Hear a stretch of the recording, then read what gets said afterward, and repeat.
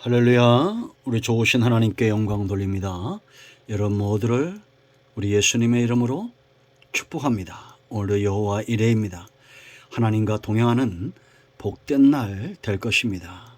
기대하고 기도하며 사모하고 기다립니다. 자, 오늘부터는 33장 말씀을 묵상합니다. 오늘 첫 시간 1절로 6절 말씀입니다. 먼저 기도합니다. 영광과 감사가 우리 하나님께 있습니다. 온 마음으로 하나님을 사랑하며 예배합니다. 주의 음성 듣기를 사모합니다. 우리가 구원받은 것에서 끝나지 않고 하나님과 동행하는 성전된 삶을 살기를 원합니다. 우리의 사모하는 것들과 마음에 원하는 모든 것들이 오직 하나님과 하나님의 입에서 나오는 모든 말씀이기를 원합니다. 지금도 헌신된 자들을 하나님께서 부르시고 그들을 통해서 일하심을 믿습니다. 이제 32장과 33장을 통해서 우리가 성전으로 살고 하나님 앞에 헌신된 자로 사는 삶에 눈이 떠지고 마음이 하나 되기를 원합니다. 종을 낮추시고 겸손하게 하시고 오직 말씀의 도구로만 쓰임받게 하옵소서. 예수님의 이름으로 사모하며 기도합니다. 아멘. 자, 1절로 6절 말씀을 읽어보시고요. 자, 몇 절만 보겠습니다. 여호와께서 모세에게 이르시되 너는 네가 애굽 땅에서 인도하여 낸 백성과 함께 여기를 떠나서 내가 아브라함과 이삭과 야곱에게 맹세하여 네 자손에게 주기로 한 그 땅으로 올라가라. 3절 너희를 적과 꾸리는 땅에 이르게 하려니와 나는 너희와 함께 올라가지 아니하리니 너희는 목이 곧은 백성인즉 내가 길에서 너희를 진멸할까 염려함이니라 하시니 백성이 준엄한 말씀을 듣고 슬퍼하여 한 사람도 자기의 몸을 단장하지 아니하니. 아멘. 나머지 부분들을 읽어보시기 바랍니다. 자, 말씀을 보면서 또 본문을 묵상하겠습니다. 자, 여러분, 출애굽의 목적이 있죠. 하나님이 지금 25장부터 40장까지 성막, 성전을 만들게 하시는 목적이 있습니다. 오늘날 저와 여러분이 구원받았다, 예수님을 믿는다 할 때 하나님께서 저와 여러분을 향한 분명한 하나님의 뜻이 있고 목적이 있습니다. 우리가 구원받았다는 것은 어떤 것입니까? 우리의 몸과 마음이 온전히 하나님께 속하는 겁니다. 하나님께 속했다는 것은 내가 원하고 기도하고 사모하는 것이 하나님이 되어야 한다는 거죠. 그래서 하나님께서 이스라엘 백성들을 애굽에서 이끌어내고 나는 너희의 하나님이 되고 나는 너희의 백성이 되리라 라는 겁니다. 이것이 우리가 알고 있지만 참 삶 가운데 이렇게 사는 것이 쉽지가 않습니다. 여전히 우리는 교회를 다니면서 신앙생활하고 수년간 10년, 20년이 다녀도 내 안에 여전히 우상이 있습니다. 탐심이 우상숭배다라는 거죠. 정력대로 행하고 욕심대로 행하고 하나님은 항상 2순위, 3순위일 때가 있죠. 여러분, 하나님의 일하심은 백성들 가운데 거하기 위해서 저와 여러분을 성전 삼으시는 것입니다. 그런데 사탄은 하나님이 좌정하셔야 될 우리 중심에 우리 마음을 빼앗고 우상을 세우는 거예요. 지금 우리가 32장에서 헌신된 자들에 의해서 방자한 자들이 죽임을 당하고 모세와 헌신된 자들에 의해서 송아지 우상이 제거되는 것을 우리가 보았습니다. 그런데 이제 33장에 들어왔어요. 그런데 하나님이 오늘 3절 말씀 보세요. 내가 올라가지 않겠다. 너희와 함께 올라가지 않겠다. 왜냐? 이유가 너희는 목이 곧은 백성인즉 내가 길에서 너희를 진멸할까 염려함이니라.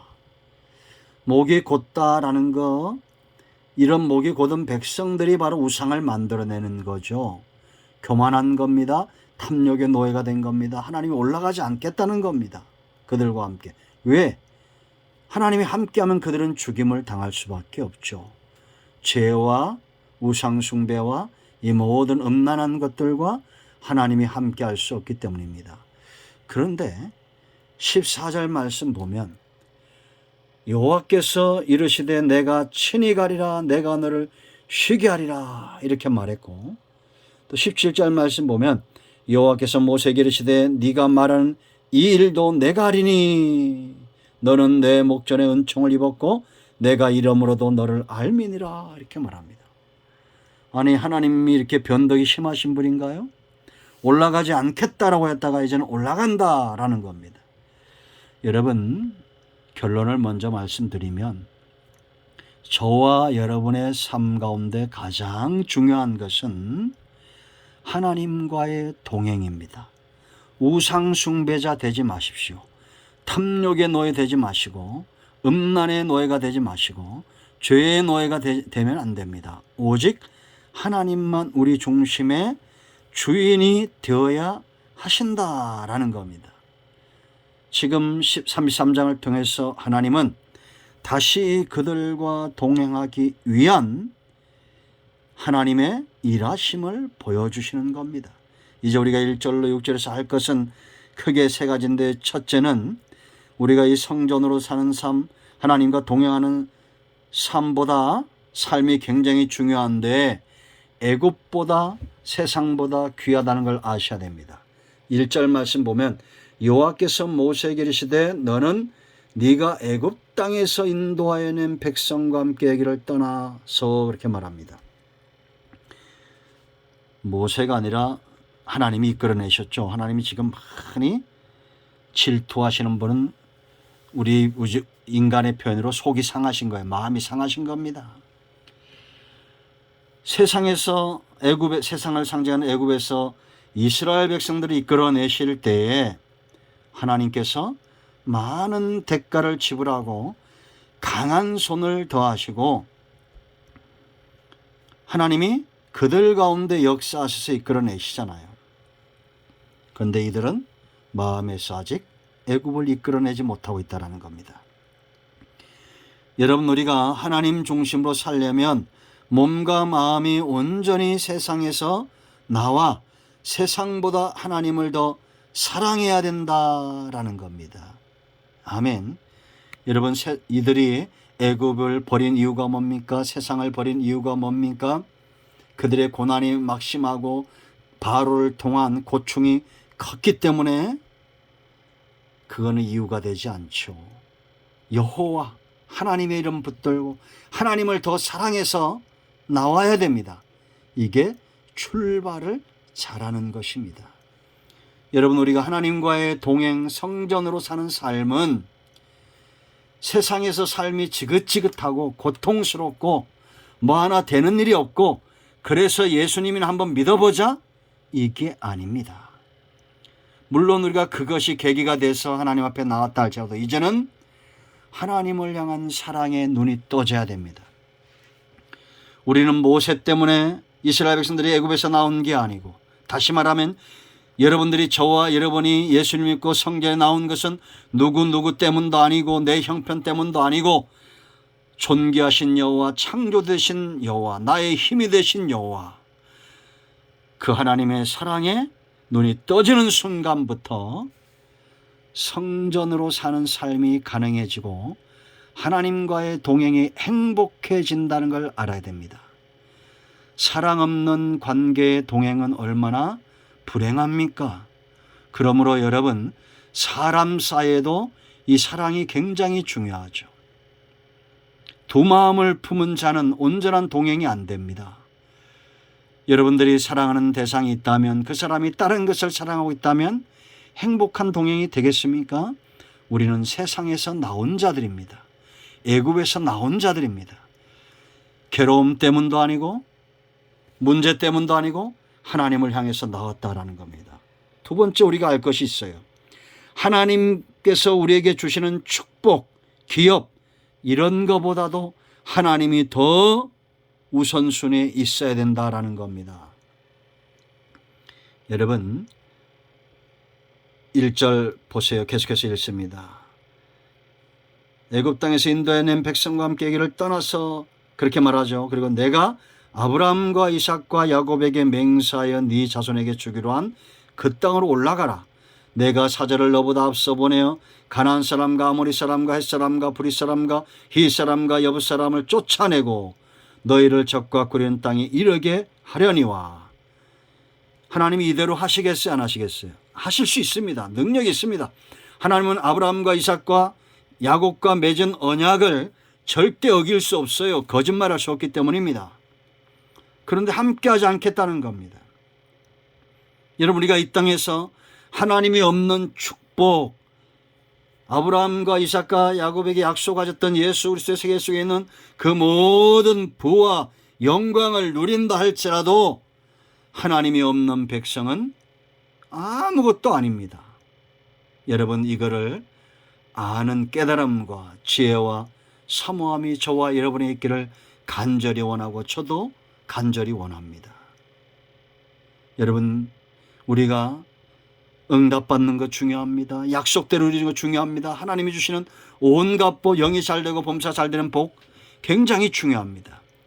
그러나 그 모든 것을 버린다 할지라도 하나님을 원하는 사람 바로 다니엘이고 다윗이고 요셉이고 아브라함이고 노아고 믿음의 길을 걸었던 사람들의 삶입니다.